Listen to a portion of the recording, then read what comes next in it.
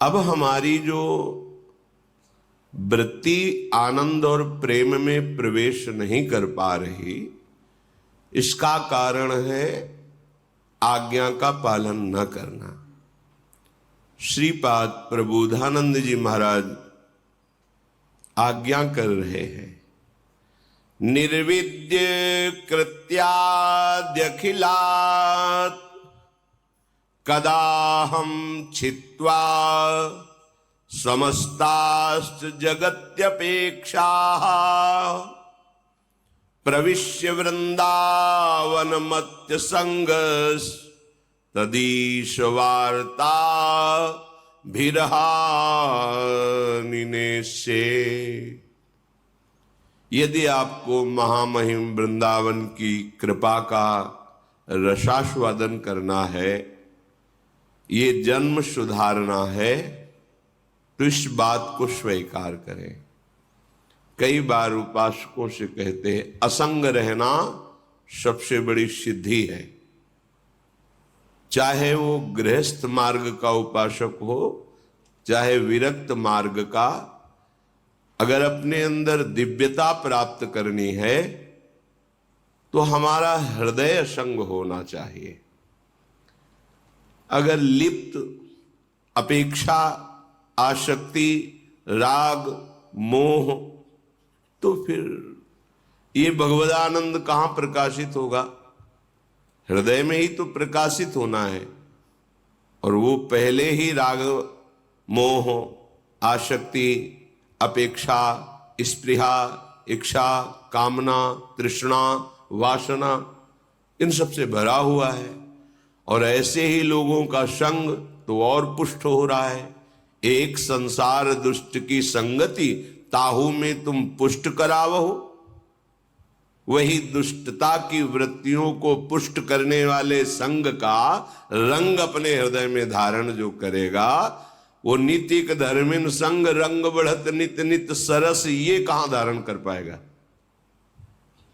वही जैसे नाली के कीड़े को उठा के अमृत के कुंड पे ले जाने की चेष्टा करो तो वो बुरा मानता है कि हमें हमारे सुख से वंचित कर रहा है। ऐसे ये देहाभिमानी जीव, विषयासक्त जीव, भगवदानंद रूपी अमृत की तरफ शास्त्र, संत जन, सदगुरुदेव आकर्षित करते हैं। सर्व ज्ञान उनके हृदय में होता है। जिस दिन वो अपने चिंतन से थोड़ा भी हटकर तुम्हारा चिंतन करेंगे, सारी पोल खुल जाएगी। फिर क्या रह जाएगा? फिर वहीं के वहीं।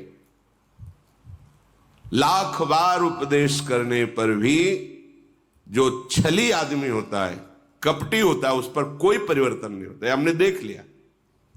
रोना, हाथ जोड़ना, प्रणाम करना, क्षमा मांगना, ये उसका नाटक होता है। कभी नहीं सुधर सकता हो। एक आदमी से गलती होती है, चूक होती है, पश्चाताप होता है, दोबारा कोशिश नहीं करता। कम से कम ऐसे संगम का तो कभी भी रंग स्वीकार नहीं करेगा जहां से उसकी चूक हुई है। पर नहीं,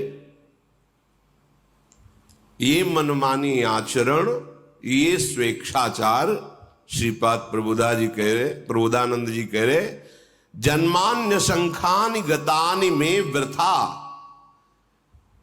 व्यग्रात्मनो देह गृहादि के हया। तुम्हारे एक जन्म नहीं, असंख्यानि। कह रहे जन्मान्य संखानि गतानि में वृथा।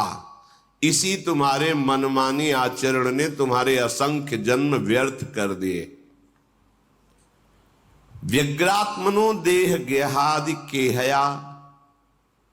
यही अभिमान, मैं स्त्री हूं, मैं पुरुष हूं, इसी अभिमान से घर, परिवार, संपत्ति, भोग, वासना, ये सब प्रपंच प्रकट होता है।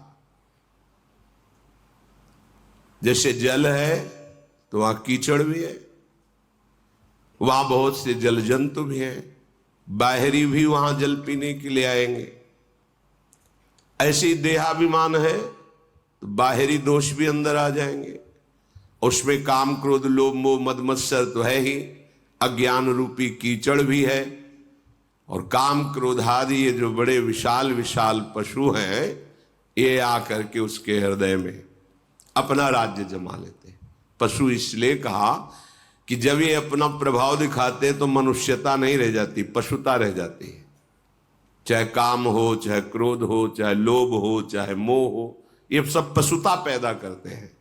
देखो ना, कामी आदमी, क्रोधी आदमी, मोही आदमी, इनके द्वारा जो आचरण होते हैं पशुता के आचरण होते हैं।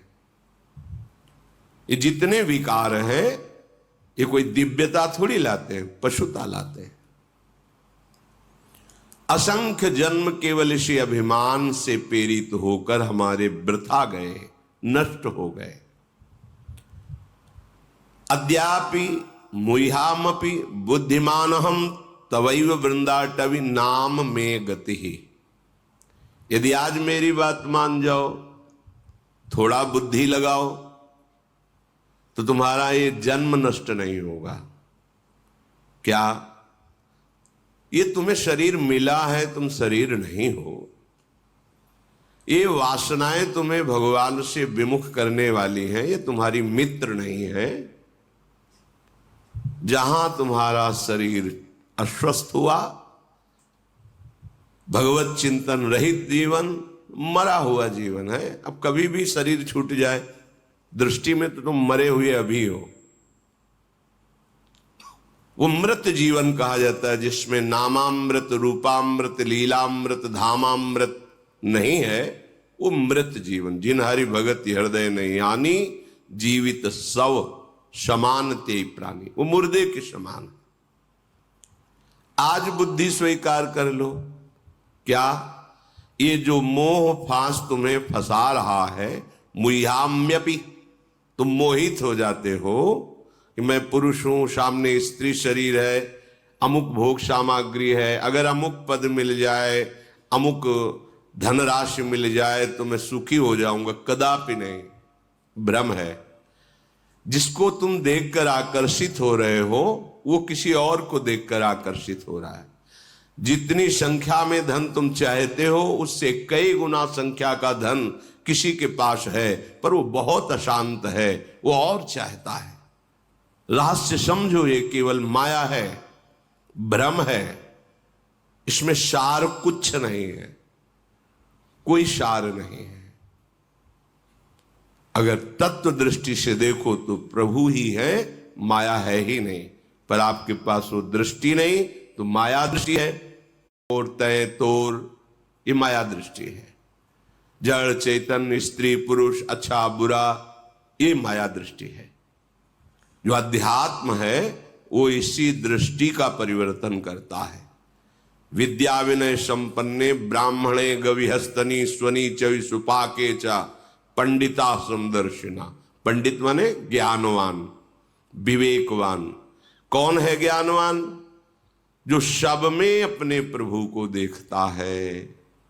अब माया दृष्टि नष्ट होना प्रारंभ हो जाएगी, और जो सब में प्रभु को देख करके उसी अनुभव में डूब गया, वही सच्चा ज्ञानी। पंडिता समदर्शिना, सा महात्मा सुदुर्लभा।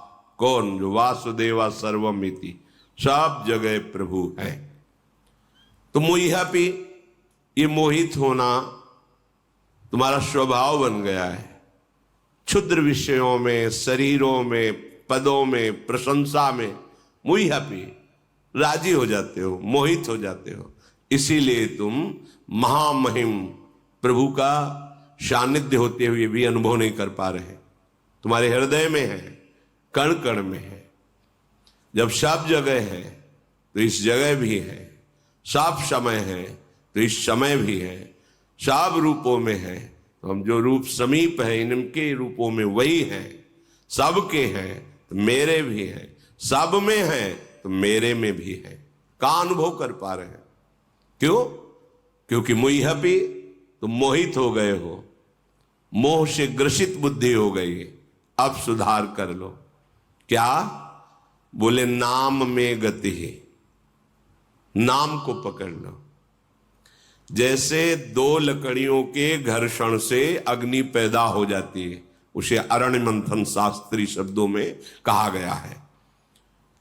ऐसे ही नाम और जीव, इन दोनों का जब रगड़न होता है, घर्षण होता है, तो शुद्ध ज्ञानाग्नि प्रकट हो जाती है। कोई भी ऐसा लोकांतर का, शास्त्रों का ज्ञान नहीं है जो नाम जापक को ना हो जाता हो, पर पकड़ना ही नहीं। पकड़ना तो संसार को सीखा है ना, भोगों को सीखा है ना, उसी में कृत्यता का अनुभव होता है। हमारे मन के मांगे हुए भोग मिल जाते हैं तो हम नाच पड़ते हैं कि हम पर बहुत कृपा है, हमारा वृंदावन जाना सफल हो गया। अगर हमारे मन के अनुकूल भोग नहीं मिले तो लगता है अभी कोई कृपा नहीं। ये बात तुम्हारी समझ में आ जाए तो तुम्हारे ऊपर बहुत बड़ी कृपा है कि जैसे दो लकड़ियों के घर्षण से अग्नि प्रकट होती, चिंगारी, और उसको सहयोग दो वायु का और फूस का, तृण आदि का, वही ज्वाला बन जाएगी।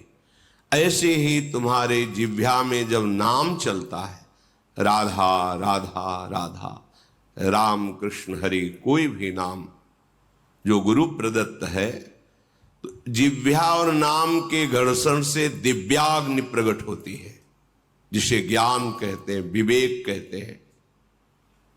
अब उसको तुम्हें सदाचरण रूपी वायु से और बढ़ाना है, सदाचरण, और सद वासना रूपी फूस रख देना, आप ज्वाला बन जाएगी। असद वासनाओं को, कामनाओं को, दुख देने वाले कर्मों को, सबको वो अग्नि भस्म कर देगी। फिर आप नाच पड़ोगे, ऐसा आपको सहजानंद प्राप्त होगा। और कहीं समझ पा रहे हो? हजारों बार वही सुनते, समझ पा रहे हो? पकड़ पा रहे हो? ऐसा नहीं कि कोई नहीं पकड़ पा रहा, पकड़ रहे हैं। जो भगवत कृपा पात्र जन ये बात पकड़ रहे हैं, पर देहाभिमानी मूर्ख हृदय न चेत, चाहे गुरु मिले बिरंच सम, फूलई फरई न बेत। बांस में चाहे जितना अमृत जल डाल दो, उसमें न फूल आएंगे न फल लगेंगे। ऐसे ही जो बांस स्वभाव के जन होते हैं, जड़ जीव, वो सुधरने वाले नहीं होते। खलऊ करें भरी पाय सुसंगु, मिटे न मलिन स्वभाव अभंगु। दुष्ट स्वभाव वाले लोगों को भी कभी कभी भगवत कृपा से साधु संग मिल जाता है, पर वो अपने स्वभाव का परिवर्तन नहीं कर सकते। चाहे तो हो जाएगा, पर खलऊ करें भरी पाय सुसंगु, मिटे न मलिन स्वभाव भंगु। वो अपने स्वभाव को नहीं बदलते, अपने स्वभाव में ही बरतते हैं। अगर स्वभाव नहीं बदला तो साधु संग का, साधना का, शास्त्र स्वाध्याय का, धाम आने का, धाम वास का, गुरुजनों की सेवा का क्या फल हुआ? पूज्यपाद शिवड़िया बाबा जी महाराज के वचन, तुम्हारा देहाभिमान गलित हो रहा है, तुम्हारे अंदर आज्ञा पालन की सामर्थ्य आ रही है, तुम्हारा स्वभाव पवित्र हो रहा है। पवित्र स्वभाव की पहचान यह जो पर्यो मोहि सहज स्वभाव, श्री हरिवंश नाम रस चाओ। श्रुतो राधिका कीर्ति अंतः स्वभाव। स्वाभाविक हमें प्रियालाल की चर्चा सुनना प्यारी लगने लगे, और जिह्वा से स्वभाव बन जाए नाम रटने का। स्वभाव बदल गया। हम प्रियालाल के दासत्व से ठसक में भरे रहे, अहंकार बदल गया। बदलना चाहे तब ना। हम तो सुख उसी में मानते हैं, मलमूत्र के द्वारों में। हमारी धारणा बन गई, हम बड़े भाग्यशाली हैं जो हमको ये भोगने को मिल रहा है। धारणा बन गई। कैसे तुम्हारा परिवर्तन हो? धर्म अधर्म जैसे भी, और भोग कहां रहे हैं? देखो ना, कौन से द्वार हैं? इन्हें नरक के द्वार कहा गया है। धर्म से सेवन करो, भगवत आराधना का भाव रख करके, तो इससे वैराग्य हो जाएगा, यही फल होगा, रुचि खत्म हो जाएगी। अधर्म भाव रखोगे, इसमें ऐसी आसक्ति हो जाएगी, चाहे जितना ज्ञान सुनाया जाए, कामी सम जिम हरि कथा, ऊसर बीज बये फल जथा। शास्त्र कोई एक भी शब्द मिथ्या नहीं है। जब आप नाम जप करेंगे तो आपको एक एक अक्षर का रूप दर्शन होगा, साक्षात्कार होगा। शास्त्रों का साक्षात्कार होता है, एक एक शब्द, एक एक पंक्ति अपना स्वरूप दर्शन कराती है।